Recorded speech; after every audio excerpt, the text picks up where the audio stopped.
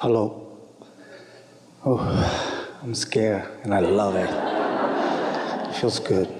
I love your work. Thank you so much. It happens for me, and I believe there's so much. English is not my first language, and sometimes when I hear people talk or movies or music, I don't really understand everything they say, but when you speak, I understand everything.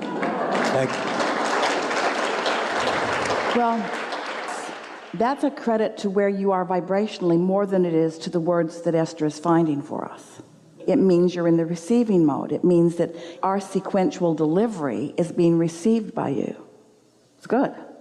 For years, I've been, connecting to this kind of energy, and things are happening for me. It wasn't happening. Like I can say I went from nada to Prada, for example. And even when I wasn't there, I was thinking, I was keeping listening to that. Things are working out for me no matter what. Yes.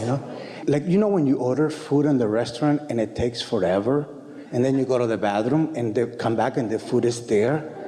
So I was like, this doesn't feel good. I want to go hang out somewhere else. I want to think something else because this is hurting me. So I keep doing that kind of stuff and that kind of stuff. Here's the thing that we really want you to hear. Don't ask yourself to unnaturally feel a way that the circumstances don't match. We're not asking you to be in an unpleasant situation and feel pleasant about the unpleasant situation. Like, okay, it sucks, but I'm okay. I'm like, what I do is like, I have these really nice sneakers and they taking me everywhere and they're so comfortable. Stuff like that. They're little, but they help me to shift. Well, that really is the answer, isn't it? To find something to focus upon that allows you connection.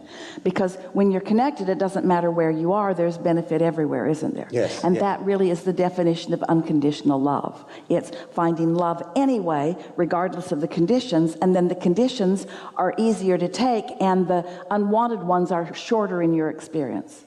Short to non-existent. In other words, there's contrast in everything, but you can improve. The contrast can go from terrible to a little less terrible, or it can go to wonderful to a little less wonderful. Mm-hmm. Contrast is contrast. Everything is relative, isn't it? Yes, absolutely. And I actually love it. And there was a part of me, like I always wanted to help people, right? Or make them feel better. And today I feel like that's none of my business. You are still an uplifter to the very core of your being, but you might be wise enough to know that they have to help themselves, and that if they aren't in that modality, then there's not much that you can do that will make much of a difference. Yeah, but you told me that by listening to your audios. Yes. I really have to say I learned that because of you. You learned it from life that our words matched. Yeah. So now what? This is not my question. This was I am so grateful, I am so grateful for how science and things are happening, synchronicity, and I'm like, oh, there's the answer. It is all happening, and I love it.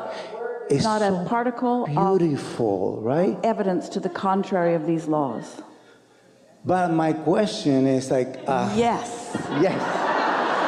At night when I go to sleep, I have this fear that goes through my body, like I'm scared. And I know it doesn't gonna make sense right now because I'm like, why was I scared last night? But I feel this, and sometimes I gotta go to the bathroom or if the door is open, I have to lock it because I feel there is something there and it scares me. Or I go to the bathroom and I get these tingles and I get so scared and I have this fear. Let's talk about it just with a little more definition. So, because you said that when you sat down, you said, I am afraid. Yeah, I was feeling, my heart was racing so fast. And we wanted to say to you, this is not fear, it's anticipation. What that sensation when you sat down was a realization at both conscious and unconscious levels for you, a realization that you are where you are, which is in a good place, and that you're going to move to another place. Whenever you are on the brink of or on the verge of energy moving toward what you want, there sometimes is a more acute awareness of where you are. It's sort of like a making note of where I am because it's about to change in a very positive way. We want to make that distinction with you. Can you feel that about the experience of sitting here? That you just explained it, I got it. All right. So now, when I'm up, so wait. So there's another thing that we want to ask you, because a lot of times people fear representing themselves the way they mean to, or they fear what others in the room or audience may think about them. They are in the receiving mode of past experiences where maybe there's been something that embarrassed them. So was it any of that? Probably. Because you didn't dwell on it too long, and because it wasn't the dominant part of your vibration, didn't that feeling lift from you almost immediately? That feeling of fear did not stay with you. As we began to visit, that feeling of fear left you, and instead you began confidently expressing what it was you wanted to talk about. Isn't that right? Yes. So the thing that we want you to focus upon with both that and the conversation about being fearful at night, I want you to hold this thought for just a moment before we move into that part of the conversation. Energy is in motion, and you are eternally, always, always, always, from your non-physical and your physical perspective, all of us are always moving forward. So there is always this relationship between where we are and where we're going. The way you feel is singularly, only. We're trying to make it harder for you to understand us because we're making up words. It's only about whether you're looking toward where you're going or whether you're looking at where you're moving from. That's what those emotions are mostly about. If you are looking forward where your inner being is, where all of that confidence and knowledge and intelligence and certainty and power and balance and energy that creates worlds is, when you are gazing in that direction, then that's the way you feel, and it translates emotionally into enthusiasm and passion and eagerness. But if you are oriented more toward, I'm moving forward from this, and this is what's dominant in your vibration, then there's that extra strong pulling that you're pulling against that translates into discomfort to some degree or another. So now think about it. Think about how these two subjects are very much the same. You came up here to have a conversation with your inner being and with infinite intelligence, just like when you go to sleep at night. Because when you go to sleep at night, that's exactly what happens. You release your consciousness of anything that might be bothering you, and you move into the energy of who you really are. Now, whether you remember it when you wake in the morning, that's a whole other conversation for a whole other day and a whole other book. But can you feel that when you slumber, you really release resistance? But there's something about you that, just like when you came up here, you're evaluating with too much fervor where you stand in the midst of that motion forward. Do you acknowledge that when you sleep, that momentum subsides? The momentum what? Momentum subsides. Your physical senses aren't aware of what's going on, and so your energy does move. And so what we're talking about is you are aware of energy movement, and sometimes you cling to what is because you're not quite trusting of where that energy is moving to. Do you meditate? Every day. Have you ever experienced an out-of-body experience? I have, yes. We're asking all of you this.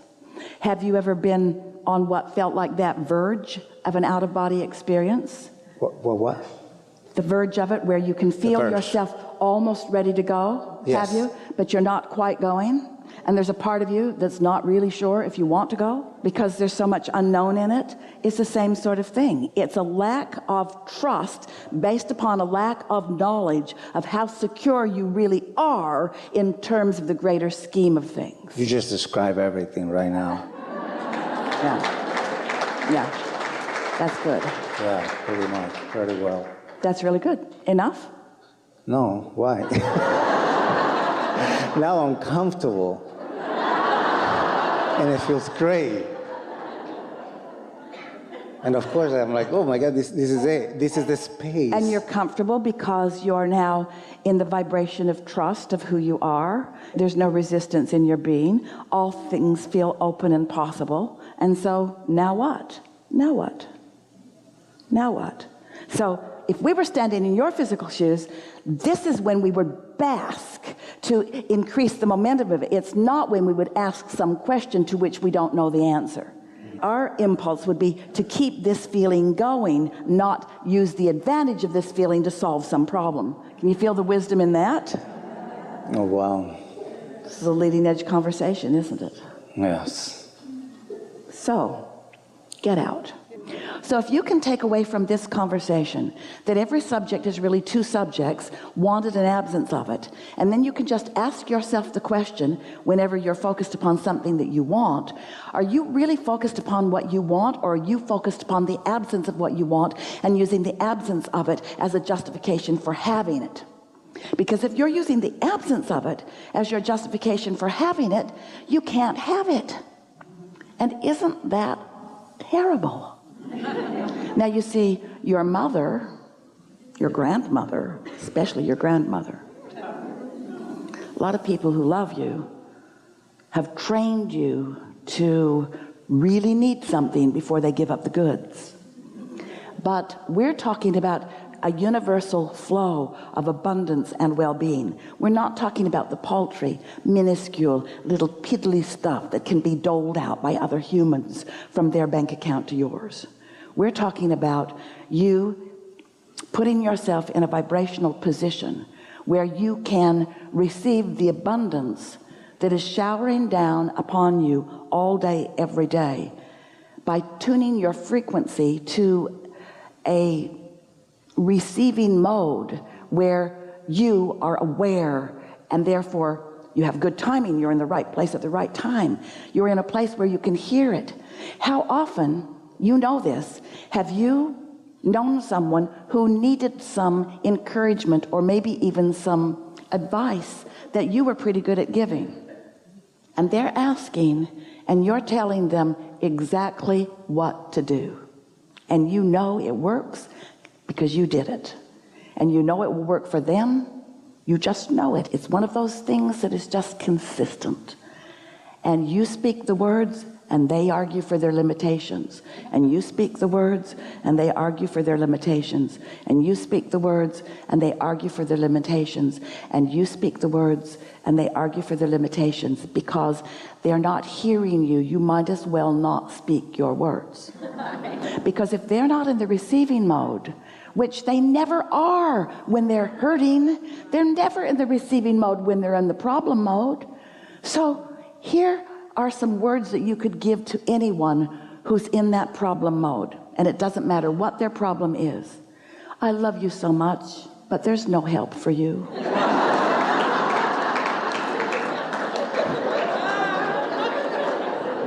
And so, dear heart, I think I will stop wasting my time by trying to talk you off the ledge, and I'll just let you go over the ledge, because there's something about you going over the ledge that might get your attention. Oh, that's too harsh. Let's start again.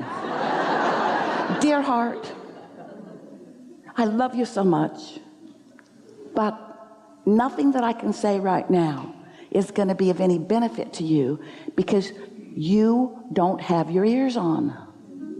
You can't hear what I'm saying. In fact, the fact that I know the answer to your problem makes you not really even like me that much. I can feel resentment coming up all around this conversation, because you think I'm a know-it-all, because I do know it all. And if you were in the vibrational vicinity, you would know that I know it all, and you would listen. But in the very dysfunctional state of being that I find you in, maybe we could say that better. Anyway, we're making a strong point with you that whether it's them or whether it's you, if you're not in the receiving mode, then there is really no point in offering words to try to fix it, because words really don't teach anyway. It's life experience that teaches. But if you have an understanding of what the receiving mode is anyway, in other words, when we talk about the receiving mode, when we speak of the receiving mode, what we're really talking about is you being in a place where you can hear or sense or know or receive guidance from your broader perspective. But in order for you to even begin listening for that, you've got to understand that there is guidance coming to you that you have access to and that you are worthy of.